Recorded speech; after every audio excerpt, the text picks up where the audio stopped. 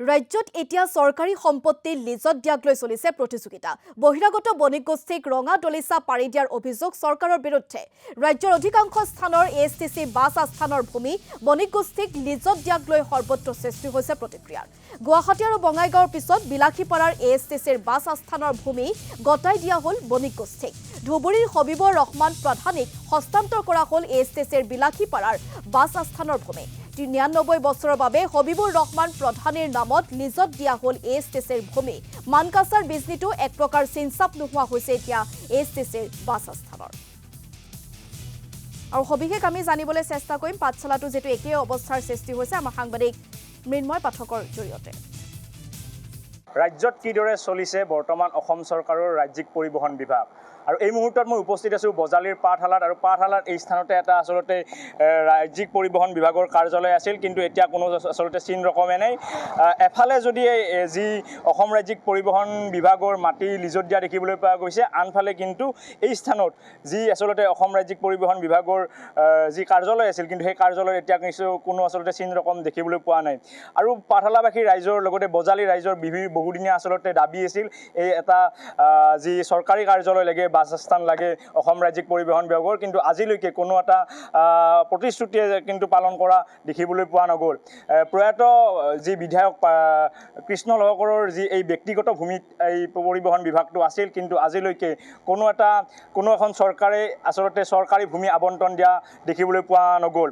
মোৰ লগত বজালীৰ জ্যেষ্ঠ ব্যক্তি এগৰাকী আছে পাঠশালা বজাৰ কমিটিৰ, তেখেতৰ পৰা গোটেই ঘটনাটো জানিম।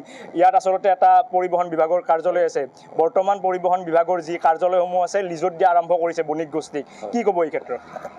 আমাৰ পাঠশালাত ডক্টৰ কৃষ্ণকান্ত লহকৰে যেতিয়াৰ পৰাই এএছটিচি বাছ আৰম্ভ হৈছিল তেতিয়াৰ পৰাই পাঠশালাত তেখেতে তেওঁৰ নিজৰ মাটিত তেওঁৰ ঘৰ সহকাৰে এই ঠাইত তেওঁ এটা বাছ আস্থান গঢ়ি দিছিল।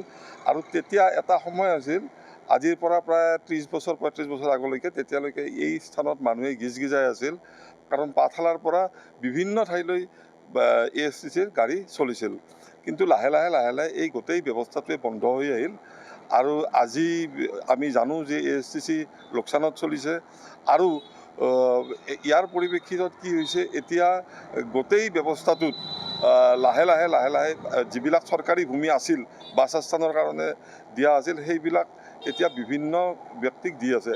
আমাৰ পাঠশালাত আমি বিভিন্ন সময়ত আমি বাছ আস্থানৰ কাৰণে লাগিছিলোঁ, কিন্তু কোনোদিনে বাছ আস্থানৰ কাৰণে আমাৰ এই ৰাস্তাৰ কাষত পাঠশালা টাউনৰ ভিতৰতে হওক বা নেশ্যনেল হাইৱেৰ কাষতে হওক কেতিয়াও বাছ আস্থানৰ কাৰণে মাটি নহ'ল।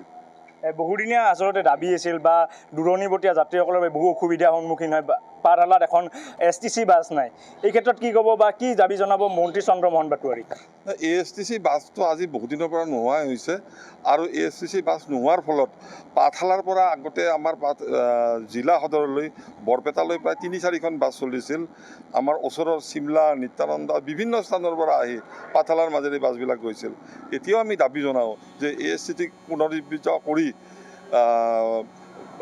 আগৰ নিচিনা কৰি এই বাছবিলাক চলাই ৰাইজৰ সকাহ দিয়াৰ ব্যৱস্থা কৰিব লাগে। নিশ্চয়কৈ আচলতে যি এছটিচি আছে, এছটিচিৰ যি বিভাগ আছে অসম ৰাজ্যিক পৰিবহণ বিভাগ, এতিয়া ঘূণে ধৰা পৰিলক্ষিত হৈছে। কিয়নো যি বহুদিন আগতেই প্ৰয়াত স্থানীয় বিধায়ক কৃষ্ণ লহকৰৰ নেতৃত্বতে এই নিজৰ বাসভূমিতে আচলতে তেখেতে গঢ়ি তুলিছিল এছটিচিৰ বাছ আস্থান, কিন্তু আজিলৈকে কোনো এখন চৰকাৰে বা কোনো এজন বিধায়কে আজিলৈকে পাঠশালাত এছটিচি বাছৰ কাৰণে কোনো আচলতে বাছ আস্থানৰ ব্যৱস্থা কৰিব পৰা নগ'ল বা চৰকাৰী ভূমি দিয়া নগ'ল। বজালী জিলা হ'ল, কিন্তু ৰাইজৰ দুৰ্ভোগ দুৰ্গতি কোনো সীমা নাই। ইয়াৰ পৰা আজিলৈকে এখন এছটিচি বাছ নাই পাঠশালাৰ পৰা, কি ক'ব? কি ক'ম মানে, এতিয়া আমি যেতিয়া সৰু আছিলোঁ তেতিয়া তাৰমানে ইয়াৰ পৰা আমি মামাহঁতৰ ঘৰ বা জেঠীহঁতৰ ঘৰ ইয়াৰ পৰা আমি যোৱাৰ মানে অলপকৈ মনত আছে। তাৰপিছত কি হ'ল, এই বিভাগটোৰ হয়তো চৰকাৰৰ হেমাহি বা তেনেকুৱা, আৰু আমি বিভিন্ন ৰাজ্যত ময়ো বহুত ঠাই ঘূৰিছোঁ। সিহঁতৰ নিজা যিকোনো ৰাজ্যৰে হওক নিজা সিহঁতৰ পৰিবহণ বিভাগৰ এটা ডাঙৰ এটা আস্থান এটা আছে, আৰু য'ৰ পৰা বিভিন্ন ধৰণৰ মানুহৰ বা দূৰণিবতীয়া মানুহেই হওক বা আপোনাৰ পৰ্যটকবিলাকৰে হওক সিহঁতৰ বিভিন্ন ধৰণৰ সুবিধাবিলাক আছে। গতিকে আমি তেনেকুৱাকৈ বহু কম খৰচত বহুখিনি ঠাই আমি মানে যাতায়াতৰ কাৰণে আমি সুবিধা পাইছিলোঁ বেলেগ ৰাজ্যত।